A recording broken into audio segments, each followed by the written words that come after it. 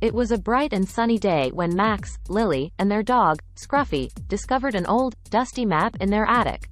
The siblings had been exploring the attic, looking for treasures among the forgotten boxes and old furniture, when Max stumbled upon a wooden chest.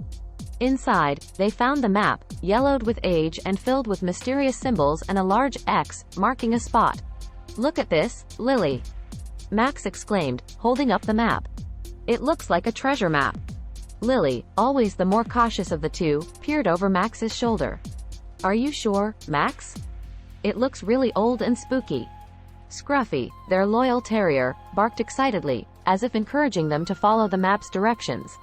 "Come on, Lily," Max urged. "It'll be an adventure. What's the worst that could happen?" After some persuasion and promises to be back before dark, Lily agreed. They packed a small bag with snacks, water, and a flashlight, and set off on their bikes, with Scruffy trotting happily beside them. Chapter 2. The journey begins. The map led them through familiar streets and then into the edge of town, where the houses became sparser and the trees denser. They pedaled through the woods, following the winding path indicated by the map. Birds chirped overhead, and sunlight filtered through the leaves, casting dappled shadows on the ground. "This isn't so bad," Lily said, starting to enjoy the adventure. After a while, they reached a clearing. In the center stood an old, abandoned gate, its iron bars rusted and its hinges squeaky. Beyond the gate, an overgrown path led to what appeared to be an old town, hidden deep in the woods. "This must be it," Max said, his eyes wide with excitement. "The ghost town." They pushed open the gate, which creaked loudly, echoing through the quiet forest. Scruffy barked nervously but followed as they entered the ghost town. Chapter 3. Exploring the ghost town. The ghost town was eerie but fascinating. Old wooden buildings, some with their roofs caved in, lined the main street. There were signs for a general store, a saloon, and even a schoolhouse, all covered in ivy and moss. "Wow, this place is really old," Lily whispered, looking around. "Do you think anyone still lives here?" "Not likely," Max replied. "But let's see if we can find where the X on the map is. Maybe there's something cool hidden here." They walked through the town, their footsteps crunching on the gravel. As they passed the saloon, a sudden gust of wind blew open the doors, making them jump. "Just the wind," Max said quickly, though his heart was pounding. Scruffy growled softly, staying close to the children. They followed the map, which led them to the old schoolhouse. The door was ajar, and they cautiously stepped inside. Chapter 4. The hidden room.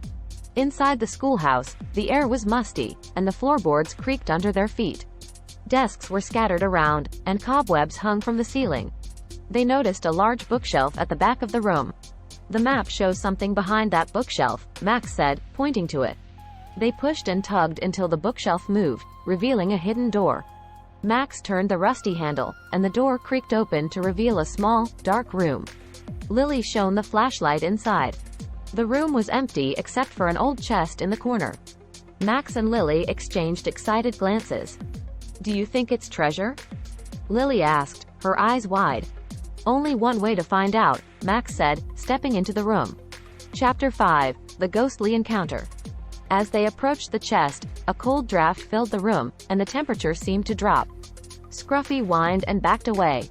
"Maybe this isn't such a good idea," Lily said, her voice trembling. Max, trying to be brave, reached for the chest. Suddenly, a ghostly figure appeared, floating above them. It was a transparent figure of an old man with a kind face, dressed in clothes from a bygone era. "Who dares to enter my schoolhouse?" the ghostly figure asked in a gentle but firm voice. Max and Lily froze in fear, not knowing what to do. Scruffy barked but stayed close to the children. We're sorry," Max stammered. "We found this map and we were curious." The ghostly figure smiled. "Curiosity is a good thing, children. I am Mr. Whitaker, the old schoolteacher. This town was once full of life, but a great storm drove everyone away. I stayed behind, hoping one day someone would come to learn the secrets of our town." Chapter 6. The secret of the chest. Max and Lily, now more curious than scared, asked Mr. Whitaker about the chest. "This chest contains the history of our town," Mr. Whitaker explained. "It holds memories and stories that should not be forgotten. By opening it, you will learn about the people who lived here and why it's important to remember them." Max and Lily carefully opened the chest. Inside, they found old photographs, letters, and a journal. They sat down and began to read, with Mr. Whitaker guiding them. The journal belonged to Mr. Whitaker and detailed the town's history. It spoke of hard-working families, joyful festivals, and the strong sense of community that once thrived. It also explained the storm that caused the town's abandonment and Mr. Whitaker's decision to stay behind to preserve its legacy. Chapter 7. A Promise to Remember. As the sun began to set, Max and Lily realized it was time to head back home.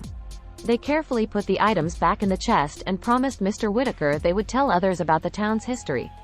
"Thank you for sharing this with us," Lily said. "We'll make sure people remember." Mr. Whitaker smiled warmly. "Thank you, children. Your visit has brought new life to our town's story. Remember, the past is important, and so is preserving it for the future." Max and Lily, with Scruffy leading the way, left the ghost town and biked back home.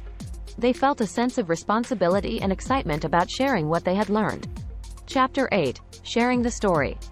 Back at home, Max and Lily told their parents about their adventure and showed them the map. Their parents were fascinated and agreed to help them research more about the ghost town. Together, they visited the local library and found old records and newspaper articles about the town. They even planned a community event to share the history and invite people to visit the ghost town.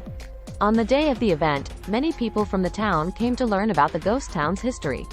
Max and Lily gave a presentation, showing photographs and telling the stories they had read in Mr. Whitaker's journal. The community was moved by the stories and decided to help preserve the ghost town. They organized cleanup days and set up informational plaques to educate visitors about the town's history. Chapter 9. A New Beginning. The ghost town, once forgotten and overgrown, began to come alive again with visitors and activities.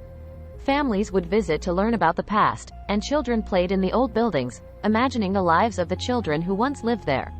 Max and Lily were proud of what they had accomplished. They often visited the ghost town with Scruffy, feeling a special connection to the place and to Mr. Whitaker. One day, as they walked through the town, they saw a familiar ghostly figure waving at them from the schoolhouse window. Mr. Whitaker's smile was warm and full of gratitude. "Thank you," he said softly, and then he disappeared. Max and Lily knew that Mr. Whitaker and the town's legacy would live on, thanks to their efforts and the community's support.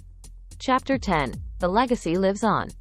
Years passed, and the ghost town became a cherished historical site, visited by people from all over. Max and Lily grew up, but they never forgot their adventure and the promise they made to Mr. Whitaker. They both pursued careers that allowed them to continue preserving history. Max became a historian, and Lily became a teacher. They often shared the story of the ghost town with their students and encouraged them to explore and appreciate history. Scruffy, though older, still loved to visit the ghost town. His barks and wagging tail became a familiar sight to visitors, a living reminder of the adventurous day Max and Lily discovered the map. And so, the spooky ghost town was no longer spooky but a place of learning, memory, and community, a testament to the power of curiosity and the importance of preserving the past for future generations.